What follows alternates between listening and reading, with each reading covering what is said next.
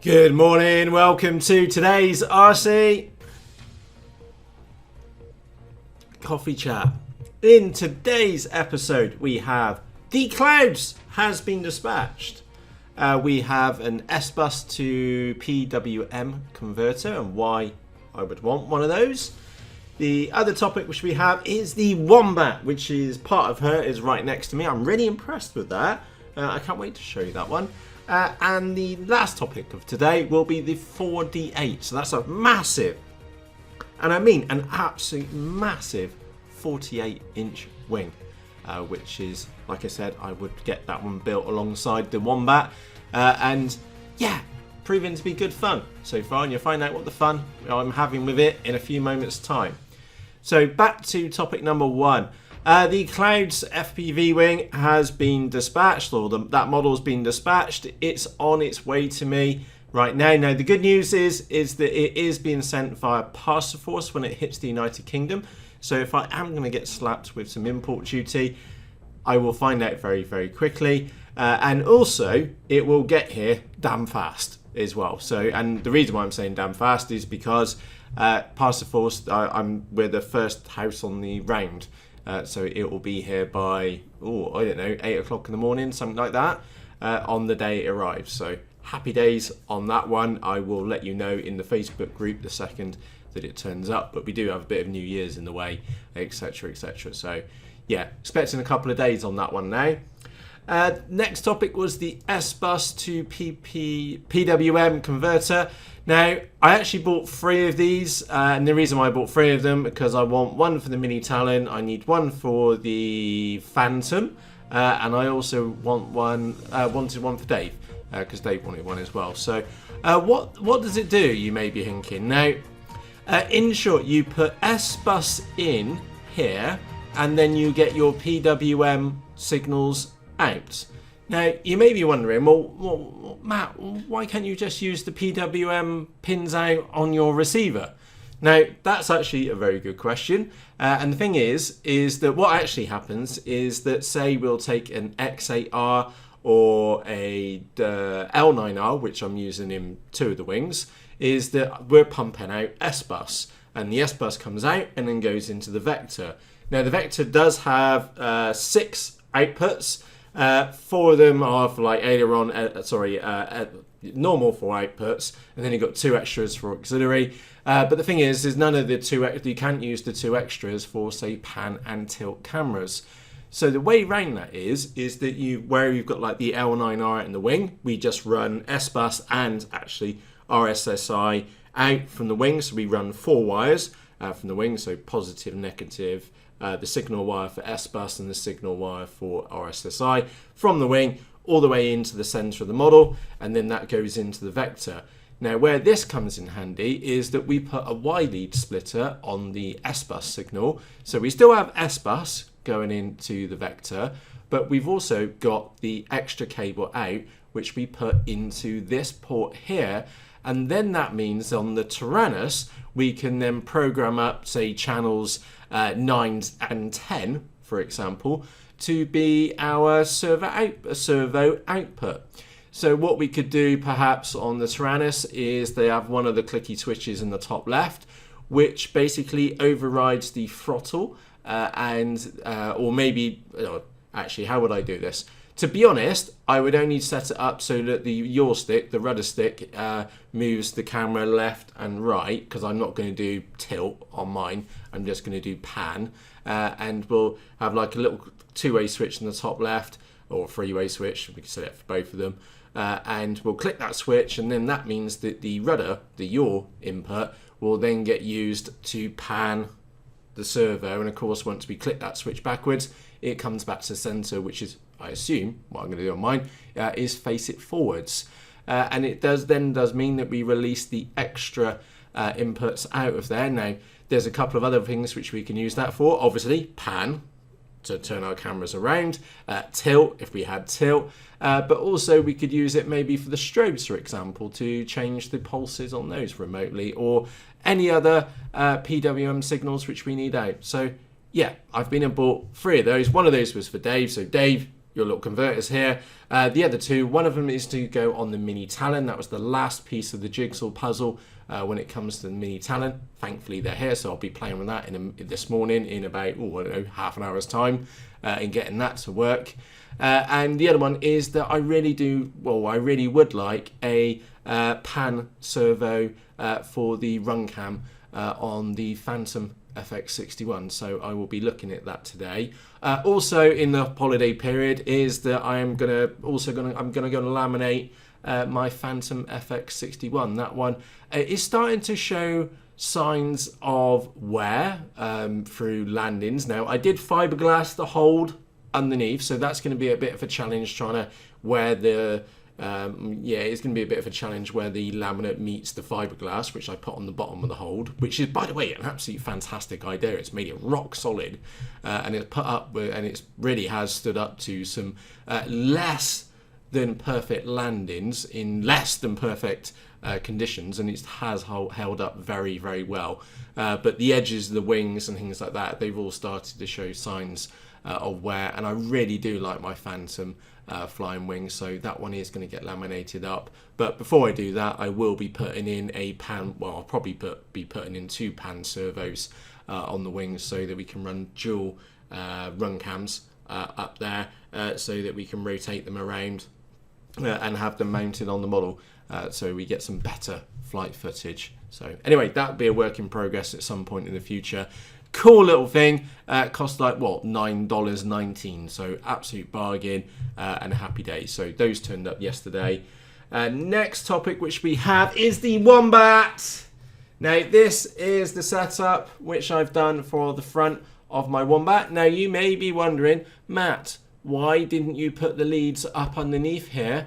Now the answer to that is very simple, is that I've got quite a few models now, and adding an extra 40 quid plus for an FPV camera for every single model is going to get rather expensive. So what I'm electing to do is have this so that I can remove the camera as and when desired, so that I don't have to have a premium FPV camera for every single model. It's that if I'm able to remove the camera with 2 screws or whatever on the front and have the wiring loom tucked around nicely, is that I can take that unit out and then pop it in a different model, so depending upon the flying conditions for that day. But the overall thing of it was absolutely, well, I'm super impressed. You'll notice that both of these cameras are angled down, or will be angled down, because I do fly my FPV cameras with the cameras pointing down towards the ground. So unlike a quad where where you normally need it pointing up because you're always flying like that, in my case I'm normally flying straight most of the time. And I do love just skirting across the ground, and I know that with the Wombat I'm going to have so much fun, and that's why I've also got I wanted the Run Cam 2 as an integral part of this package, and I was working out which different ways I could do it. And then all I did was just chop up a bit of the wing cord which I had left over, like one of the wing beds, and just moulded that out, and it's come out beautifully well. I am really impressed with that, and there's no way that's coming off because we've got a double ID card plate in there, and it means that you get some fantastic footage with the Wombat in the near future. So yeah, really impressed with that. Just a simple little thing, you know what it is. And anyway, the Wombat build is slowly progressing. I have also been and talked to the wife into a custom paint job. Now, I'm not going to share with you what the paint job is, but I can tell you it is very British, and it is going to look sweet as when it's finished. Right, on to the next topic of the day, which is the 48 flying wing, and fucking hell, this thing is massive. Absolutely massive. Just waiting for my photos to catch up. Now, what I would say is that this does highlight the point of just pinning up a model. You've got a brand new model in front of you. Do just put things together and see how things do go together. And it's especially important for a kit like this, so that you do get an idea on the layout. Now, there's one photo of her, and hang on, I've got a better one here. That, when it finally loads. Chop, chop, chop. There we go. That photo there will give you an idea on the sheer size of this wing. It is absolutely bonkers big. It's massive. And it's made out of this black EPP foam, which is, it's tougher than this foam, if that makes any sense. This is dense foam. That feels different. For the better, I hasten to add. That definitely does feel like a stiffer or stronger EPP foam. And I don't know what it is. It must be something to do with the dye or whatever they're putting in the black EPP, because every piece of black EPP which I've had is always felt different or stronger or stiffer compared to white EPP. So yeah, if you ever do get the option of having a black EPP or even black EPO foam, there's something which they're putting in there to make it black, and it does seem to make the model or the foam stronger. It just, in my non-experienced well, what should I say? Yeah, in my experience, that's what I found so far. Black EPP and black EPO foam does seem to be tougher. I'm sure there's a reason for that. If you know what the reason for that is, do share it with us in the comments section underneath this video. The wing cord is absolutely thick. It's the thickest wing cord I've got on any of my models by a country mile. What else? Oh yeah, big hat tip to the wife yesterday. She did us a custom paint job on the little rainbow wing, so I can actually see it when we're up, when we're just spinning it around out the front. Brilliant little model, and yeah, that pink still doesn't do it justice. I actually got it in right next to me at the moment. That is horrifically bright pink, ridiculously bright pink, and it does, and it has helped. And I'll share the topics on that one another day. So what have I been doing with the 48? I went for a pin-up. So what I mean by pinning up is that I put some tape on the bottom side of the wings and then put pins to hold them in still, because those wings are pretty heavy, as in like because of the size of them, and then pinned along the top, and then started placing components roughly, not exactly, but roughly where they needed to go. And it soon became very apparent is that I needed a lot of nose weight on this model just because of the sheer size of it, and that is two 5200 milliamp hour 4S battery packs in here, and yeah, it was still a touch tail heavy. Now I did have a bigger motor on there, the NTM 3536 1400 kV motor on the back, which was the heaviest motor which I had, and yeah, I was having issues trying to balance this one out. So you'll even notice that I did, well, you can hardly see them there, but the elevons are also attached. I do have the winglets here, and I've marked out that much, but I am going to take a little bit more off there, because that is, I'm thinking that's a lot of, if I take like an inch off here, because this is pretty sturdy stuff, I can come in at maybe a little bit more on that one, so I can save a few grams at the back of the model. Also, I was going to use the 100 amp ESC. I am going to change that down to a 40 amp ESC instead, to save a few grams near the rear of the model. And what's actually happened is a lot of these things have come forward a touch as well. Now, many of you know that I am super paranoid after the fun which I had with the Hornet wing, so I have gone for maximum separation between the video transmitter, the flight controller, which would be here in the middle, which is not on there because I'm classing that as neutral weight, because it would be right on top of the CG line, and the receiver, which is, I've got an L9R marked up for this one, which will be right out on the opposite wingtip. So they're literally like 40 inches apart for maximum separation, because I just don't want to run into issues again with yeah, the FPV basically blowing out the receiver and having dropouts in the sky, which won't be too much of an issue with a model like this, especially if it's got a vector wired up inside. But straightforward as this, I'm just going for maximum separation. So things did progress yesterday, and there's another shot of her. What I'm going to go back to this morning and just reevaluate where I am, as in that, can I actually move those batteries in further towards the nose? Let me just go back one image. So can I bring those two batteries in further? I'm also going to mock up with a piece of paper the dimensions for one of the 10,000 milliampere packs. The reason why I'm going to just mark one of those up and just try and get the weight about right on them, because they're about 806 grams I was reading this morning. The reason why I was going to mock one of those up to see if that would be more suitable is because I do need a 10,000 milliampere pack for the clouds, or that was my intention to do that.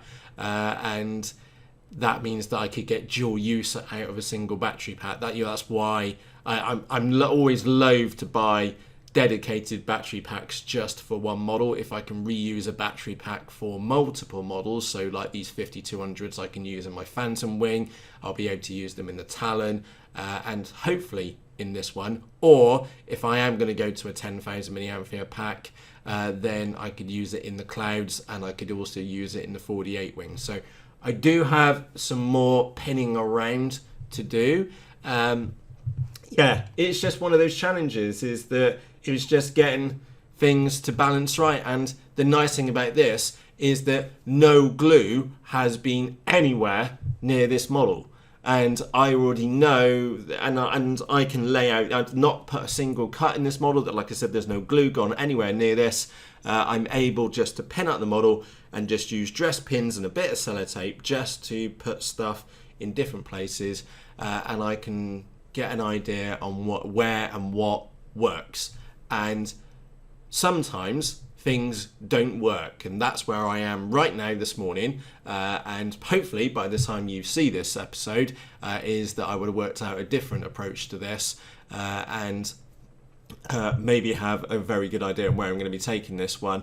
I'll know in about an hour's time. I'm going to go through, I've got some other ideas what I should do on here. Maybe I put the batteries up the other way. I'll also eye up and I'll get some lead and measure out 806 grams and get the dimensions in the front, and see if that works for a 10,000 milliampere pack. Yeah, but my point here is that I've put no glue anywhere near this model. I've put no knives anywhere near this model, and I've been able to very quickly identify that I do have a challenge around the C of G, and just knowing that I have a challenge around the C of G is absolutely fantastic. It means that I can make changes, and again, if this was your model, if you had a similar model in the future, you would then know if you have a challenge or not. And what I've done underneath is that I've marked the C of G point and then put 2 dress pins up underneath, so I can very quickly just put my fingers up underneath and check the C of G very, very easily. And that's where I am right now. So I'm sharing the story, or the early adventures with the 48. It's proven to be a little bit of a challenge right now, but I'm sure give me another hour this morning and I'll have a tinker around with the layout of the model, and I'm sure I'm going to get close, even if I need to move the servos forward. Well, I've got a little bit of room on here, so yeah, I'll know more later this morning. Now, before I wrap up on this topic, I want to actually say, I don't even think Tory watches this channel, but I would actually like to say a big thank you to Tory Sims. Actually, he sent me a load of photos yesterday on his 48 build, and you'll see what he's done with his, and it looks absolutely amazeballs on there. Excuse me. You'll see what he's done on his. That's where I've got the idea of the double pack. Now, this morning I've come in and realised what he's got 3,300 4S packs in there, and I've realised what he's done on his and what I've not done on mine is that look where my batteries are placed here, and they're spread back a bit. With his, he's got his right up near the nose. Now, I know that Tory had to also add some lead as well, but just seeing another model set out like this has been an extreme help.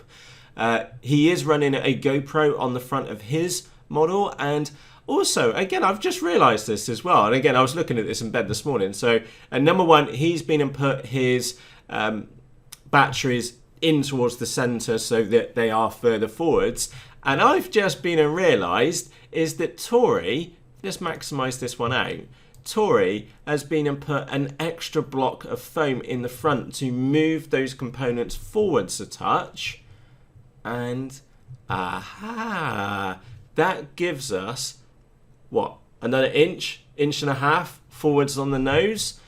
so that we can get the components out further. And also, again, I'm not buying a GoPro for 350 quid, but I do have the Turnigy 2K, but then the camera quality is crap.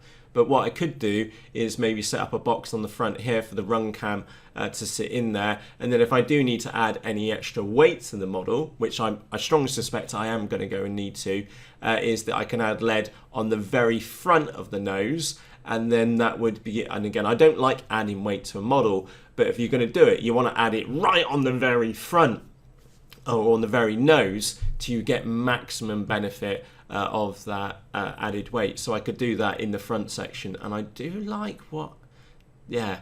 Anyway, you can see what Tory's done with his. He's brought them right at the front, and you can also see he's got a vector in there as well. And is that, I think he's only using a 60 amp ESC on his.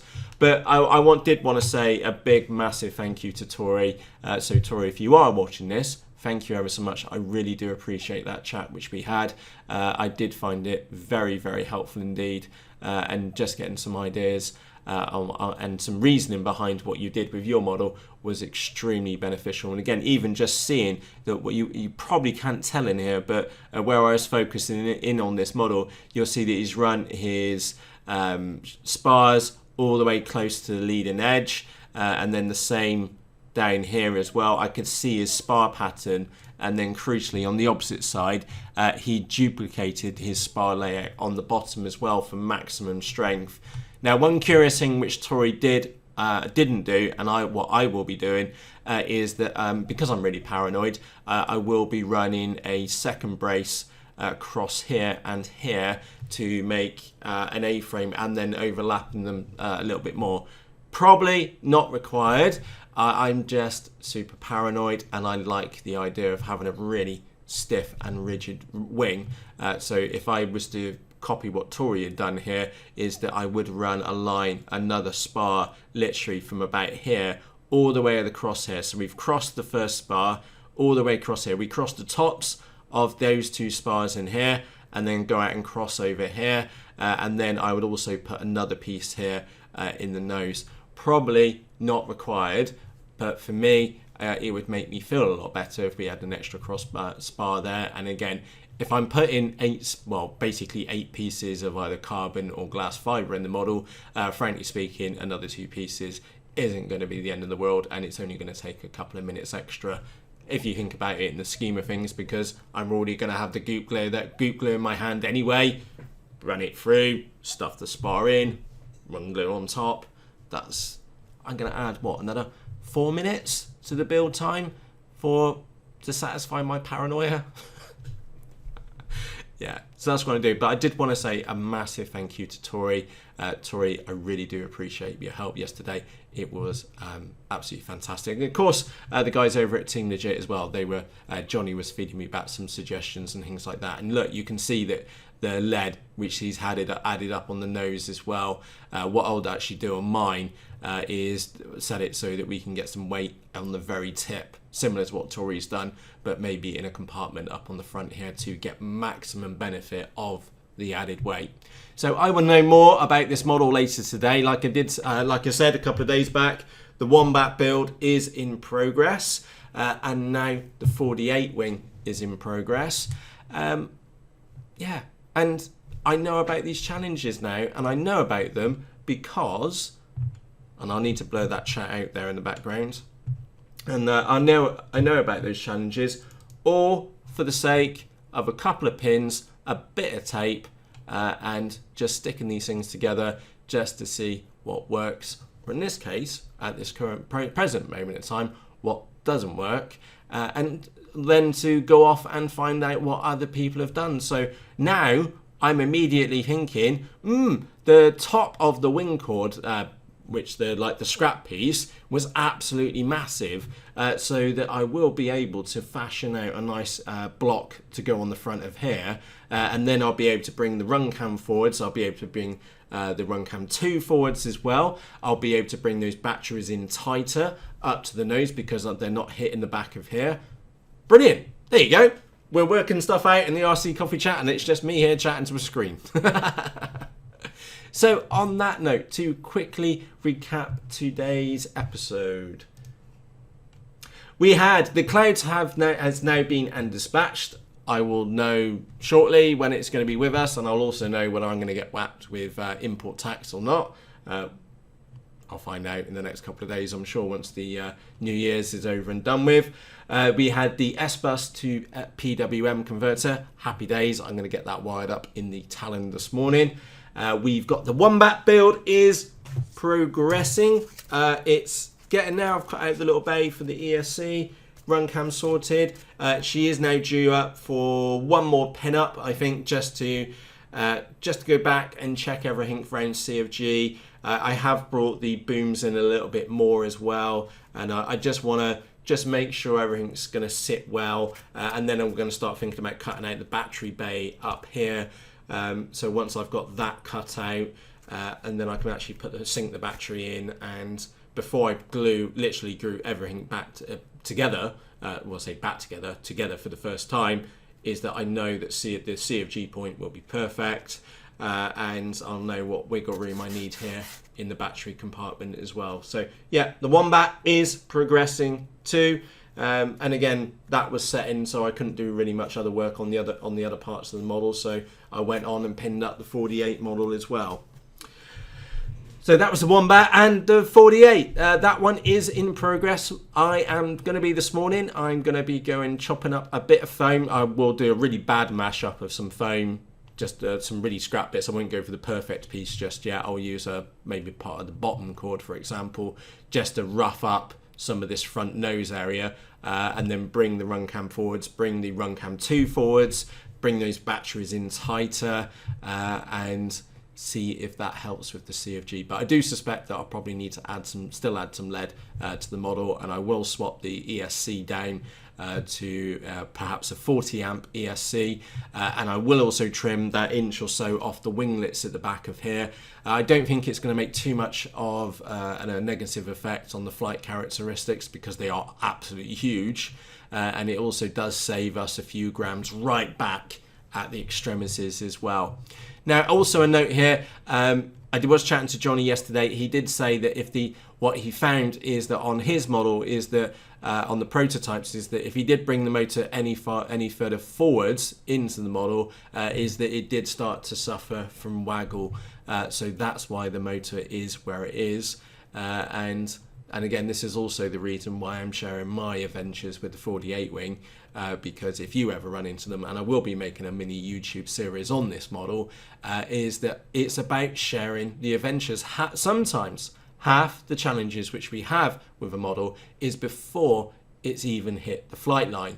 But when we do hit the flight line, we know that we've got everything checked. The CFG is going to be spot on, or at the right point, which is one of the most crucial factors, and we know that everything's good. So then when we do throw that model for the very first time, we are 99% sure it's going to fly okay, and the Maiden's only ready there just to confirm that all of our pre-planning and pre-work before it's actually been flown has been good. Okay, so I am sharing my adventures with the 48, and just so happens that the adventures with this model had started on the wing bed, or on the bench, before we've even put any glue near her. So yeah, happy days. So I'm really looking forward to this one. Like I said, I do intend this one to be my camera platform, mainly to chase other models around. Now, just because of the size of this cord on here, you may have saw about me having a vector in there.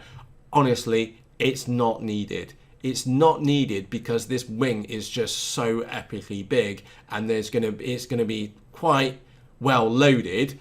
So for penetration in less than ideal wing conditions, it's just going to float on straight through and just cut through it. But the reason why I'm going for the Vector is very, very simple, is because, number one, I do like some medium range FPV, if I'm frankly honest. But number two, the stability, having the stabilizer in there, is absolutely fantastic. And also the brown switch. So you can imagine that I really am focused in on following the model in front, and I've not perhaps paid extra special attention to what's going on around me is that I still have that brown switch to get me out of the poo should anything go wrong, which I do hasten to add, I've only ever had to use once in anger, but it's nice to have that little safety switch. But I'd also like to make the point that the vector is definitely not required at all for this model. I just want it for the stabilization factor so that we get better flight footage of me chasing other flying wings around. So happy days. And oopsie daisy, a rather extended episode this morning, but there was a lot for us to cover. So thank you ever so much for joining me for today's RC Coffee Chat. If you are out flying today, happy days. I won't be seeing you personally on the flight line, but I do intend to get out myself and chucking a couple of models around. And I cannot wait. I genuinely cannot wait for not only this Wombat to be built and also this 48 wing, because that is going to be absolutely amazing. And that Wombat's going to be psychopathically cool. So on that note, from myself, Matt, thank you ever so much for joining me for today's RC Coffee Chat. Any comments, any questions or suggestions around the 48 or any of the other things which we've seen this morning, do let me know in the comments section underneath this episode, and I shall see you again tomorrow morning. So for myself, Matt, cheerios. Still cold. Yeah. Cheerios.